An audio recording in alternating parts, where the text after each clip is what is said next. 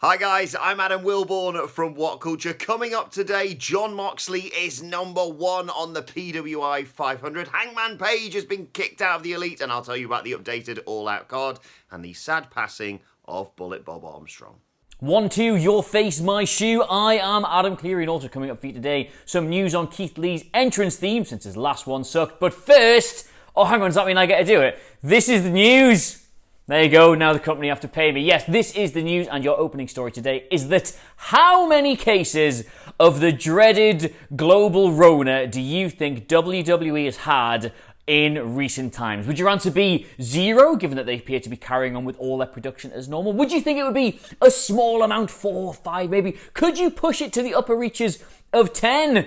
Well, I'm here to tell you no, it's nearer 40. Apparently 40 confirmed cases of the dreaded virus have been confirmed by WWE since Kayla Braxton tested positive in March. 38 to be precise cases. Now, of course, WWE have said repeatedly they have upped their testing. They are taking this more seriously. They've started to bring people back into the arena. Yes, but they are taking this as serious as they can, given that they are determined to put on every single show imaginable. Although apparently, and this is the wrinkle, according to Big Banter Uncle Dave at the Wrestling Observer newsletter, they have not been entirely on the ball with informing everybody who may have come into contact with any of these 38 confirmed cases. Apparently the original set of testing in early March when Renee Young, Jamie Noble and others, they came up as positive. Everybody was informed. Everybody who may have been anywhere near them was told, you need to go get tested because these people have tested positive. Apparently, they're not doing that now. They're just testing you positive, sending you home, telling everybody who they think needs to know, and then asking you to be very quiet about why you are missing from television, which, if true, would explain why there's been 38 cases, because if you don't tell people there's been cases, then they're going to be in contact with the people who've had cases. Their friends, their family, their loved ones, complete strangers as well might not be aware that they've picked this up as a result of a WWE show. And far be it from me to tell WWE how to conduct their stringent, robust testing policy, but I personally would do track and trace. I would tell everybody they've been into contact with. But then again, that's just me. Adam Wilborn, what would you do? Yeah, I can't help but agree with you on this one, Adam Cleary. What a bloody shambles this is. 38 cases and then just telling people that they think might need to know. A need-to-know basis. And you see the problem is, Adam Cleary, the more you test, the more you find bloody cases. So don't do any testing. What a load of bollocks. This is a story that's going to run and run. We'll keep you updated on it, but very, very worrying to hear this, especially on the opposite side of things when you see fans in attendance at AEW show last night. Weird, awful. It's not the end you're going to hear of this. Anyway, let's move on. Let's talk about the PWI 500 because Jon Moxley has been revealed as number one on this year's list. He responded by saying, I'm not looking for external validation, but PWI was such a big part of my childhood. To be number one, it's pretty cool. Now, to tell you about it, the evaluation period is from July 1st, 2019 to the end of June 2020. The criteria are, of course, win-loss record, technical ability, influence on the sport, success against the highest grade of competition, success against the most diverse competition, and of course, as we all know, say it together everyone, activity! There we go. Top 5 to tell you about: Jon Moxley, Adam Cole, Chris Jericho, Drew McIntyre, and Tetsuya Naito. The full list of the top 25 is up at whatculture.com. But what do you reckon, Adam Cleary? Deserving of the number one spot? I know MGF retweeted this saying, what a joke.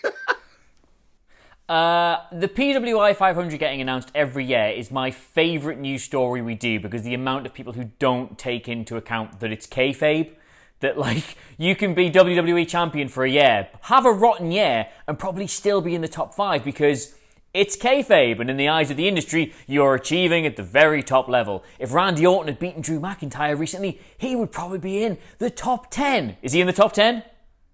He is not in the top 10. See, he's not in the top 10 because it's kayfabe. My God, my arse dropped out there when I realised I hadn't actually checked the full list. Yeah, this is fine. This is absolutely fine. Like, Jon Moxley should be number one. He has torn things up in Japan. He has been AEW champion. The guy is The guy is basically redefining wrestling wherever he goes. So I fully support this entirely kayfabe list that it is not worth any of your time or energy ever getting worked up about. But tell you what is worth getting worked up about. Keith Lee's absolutely dreck new entrance theme. He debuted on Monday Night Raw. Everyone was like, hang on, why is he wearing a top? Hang on, why does his music now suck? WWE appeared to drop the ball as hard and as fast as they ever have with a debuting megastar. But don't worry, it's all going to get better for him, because not only is he going to wrestle the aforementioned Randy Orton at Payback, calm your jets, yes, I know it's very exciting, but they're going to give him a brand new theme tune, because the one he's had for 1 week was apparently that bad. Now, this story comes off the back of several reports, one in being in Wrestling Inc. Now, the producer of the new wrestling theme tune, since WWE parted ways with CFOs earlier this year, is going to be, and I said this wrong 3 times while I was practicing it, Def Rebel. Now, if you're sitting there thinking, oh, they're that band, no, they're not. They have a name which sounds so much like they're already an existing band, but they are not. This is merely one of the trading names for DJDTP, who are an American-based production company similar to CFOs. This is now their trading name that they're going to be using for WWE, and they've been involved with them for a number of months already, but they are set to produce a brand new theme tune for Keith Lee. Now, again, not telling WWE how to run their company or how to test for global viruses or how to produce stars, but I watch NXT. I don't know if Vince does, but I do. And Keith Lee had a really good theme tune in NXT. Why can't he just have that? It's a very good point. I believe the claim, the allegations online is that whoever made that... not whoever made that song. I know who made that song. CFO dollar sign, Sophos, whatever you call them. They made it. CFOs. But there's some issue with the fact they've just signed a crap deal with the publishers, so WWE might lose a bit of money. Just take the hit. It's a great theme. I mean, I'm looking forward to seeing what theme he comes out to on Sunday, because, let's be honest, it can't get any worse. But, yeah, I don't know why you don't just keep the one he had. Like you say, it seems... I would like to see him come out to Randy Orton's old music just to mess with him. Good psychology. I like that, Adam Cleary. Speaking of psychology, let's talk about what happened last night on AEW Dynamite. Yeah. Basically, Hangman Page has been kicked out of the Elite. He was kicked out in a backstage segment, or told he was getting chopped out on his ear by the Young Bucks after he cost the Young Bucks a match against Best Friends in that gauntlet match, which would eventually be won by FTR, of course, to make them number 1 contenders to Hangman Page and Kenny Omega's tag team titles at All Out on September 5th. Just to run you through the updated card now. We had the contract signing as well last night. Jon Moxley versus MJF for the AEW World Championship. The Tag Team Championships, as I said, Kenny Omega and Hangman Page versus FTR. The Mimosa Mayhem match between Orange Cassidy and Chris Jericho. Hikaru Shida versus NWA Women's Champion Thunder Rosa for the AEW Women's Championship. Dark Order versus the Natural Nightmares, Matt Cardona and Scorpio Sky.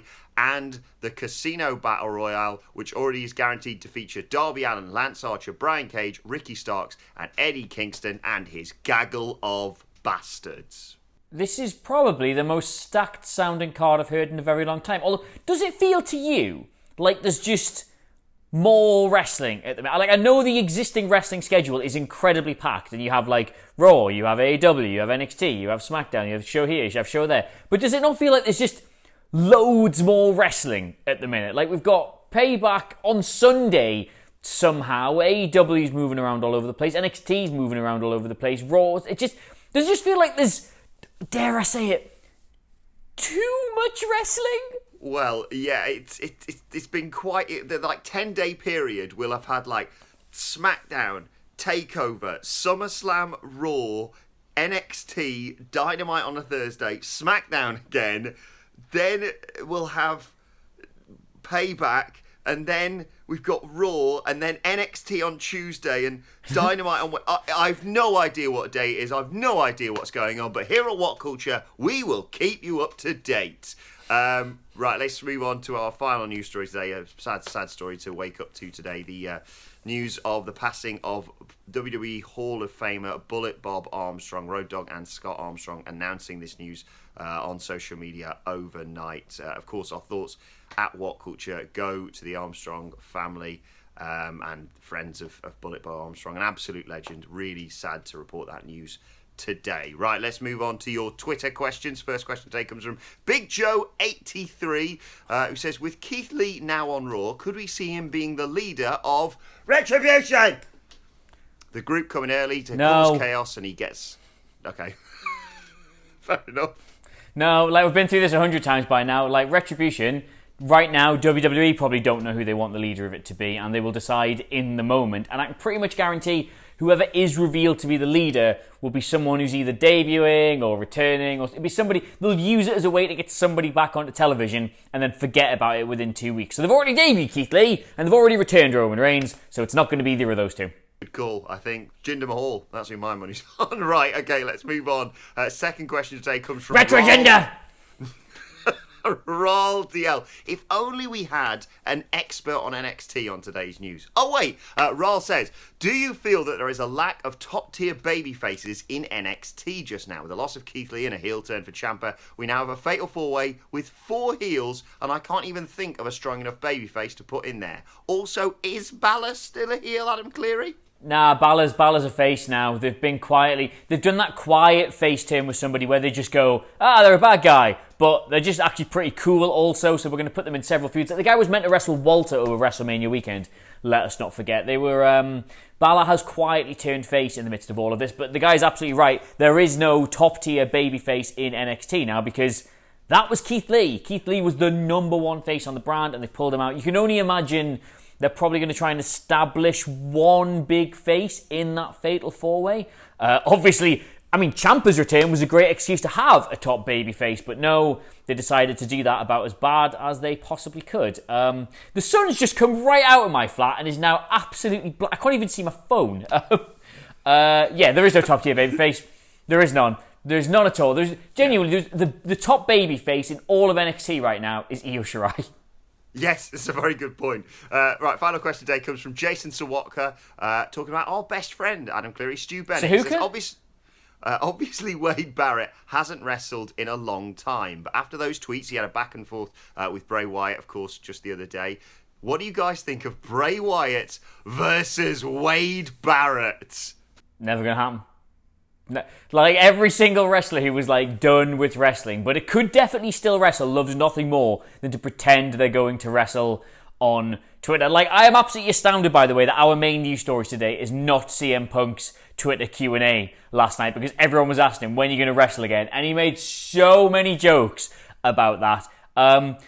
Look, if the absurd WhatCulture dollar that was thrown in the direction of Stu Bennett was not enough to convince him to get back in that ring for anything other than one bullhammer against HT Drake, then sorry, like WWE can't compete with our spending power, so I'm just afraid to say it's not going to happen. Great to see Stu back on NXT, though, and good to see he's going to be back next week as well. Let's move on to today's, and finally, I mentioned the PWI 500, and I just want to give a little nod to Kylie Ray.